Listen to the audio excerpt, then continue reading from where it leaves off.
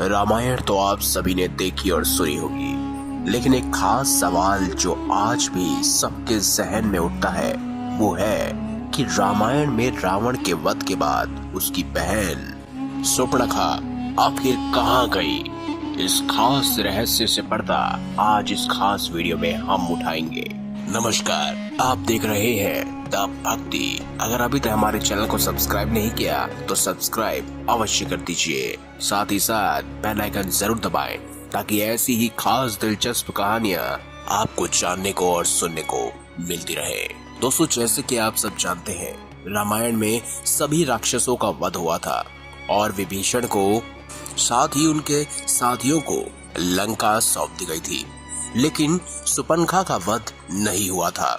उसकी नाक काट दी गई थी और उसके अलावा उसका कहीं भी जिक्र नहीं मिलता है।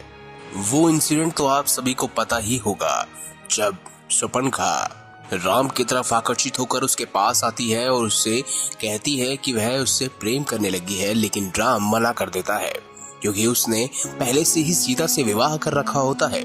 और ऐसे में लक्ष्मण और सुपर्णखा के बीच में विवाद हो जाता है, जिसके बाद लक्ष्मण सुपर्णखा की नाक काट देता है और इसी आक्रोश में आकर वह रावण के पास जाकर यह सब कुछ वाक्य बताती है, जिसके बाद ही सीता हरण होता है। लेकिन उसके बाद रामायण में एक भी बार सुपर्णखा का जिक्र नहीं मिलता है। आखिर वो उसके बाद गई कहाँ?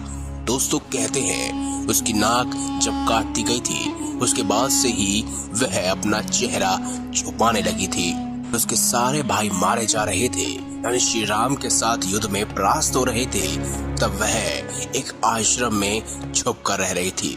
रावण की मृत्यु के पश्चात वह दैत्य गुरु शुक्राचार्य के पास गई और जंगल में उनके आश्रम में रहने लगी।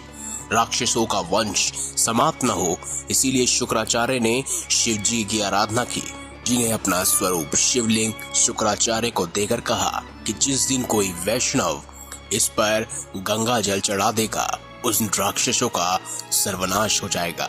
उस आत्मलिंग को शुक्राचार्य ने वैष्णव अर्थात हिंदू से दूर रेगिस्तान में स्थापित किया। जी हाँ, जिसे आप मक्का मदीना भी कहते हैं। सुपर्णखा जो उस समय चेहरा ढककर रहती थी, उसे एक परंपरा के रूप में उसके बच्चों ने उसे पूरा निभाया और आज भी उस परंपरा की संवाहक महिलाएं चेहरा ढक के रहती हैं। दोस्तों, अगर इतिहास की माने और साथ ही साथ हमारे धर्म ग्रंथों की बात की जाए, यानी शुक्राचार्य ग्रंथ की बात की जाए, तो सुपर्णखा के वंशज कालांतर में अब्राहिम धर्म के अनुयायी हैं। दैत्यों के जीवनदान के फलस्वरूप को अनुयायी शुक्रवार को विशेष महत्व मानते हैं। इसमें दोस्तों आपका क्या मानना है कि सच में सुपर्णखा आज अरब देश में रहती है, यानी कि उसके वंशज आज अरब देश में रहते हैं? इस बात पर अपनी टिप्पणी अवश्य कमेंट बॉक्स में दीजिएगा। और अगर आपको वीडियो अच्छी लगी हो तो वीडियो लाइक करें, हमारे चैनल को सब्सक्राइब करें और ज्यादा से ज्यादा शेयर अवश्य करें। धन्यवाद।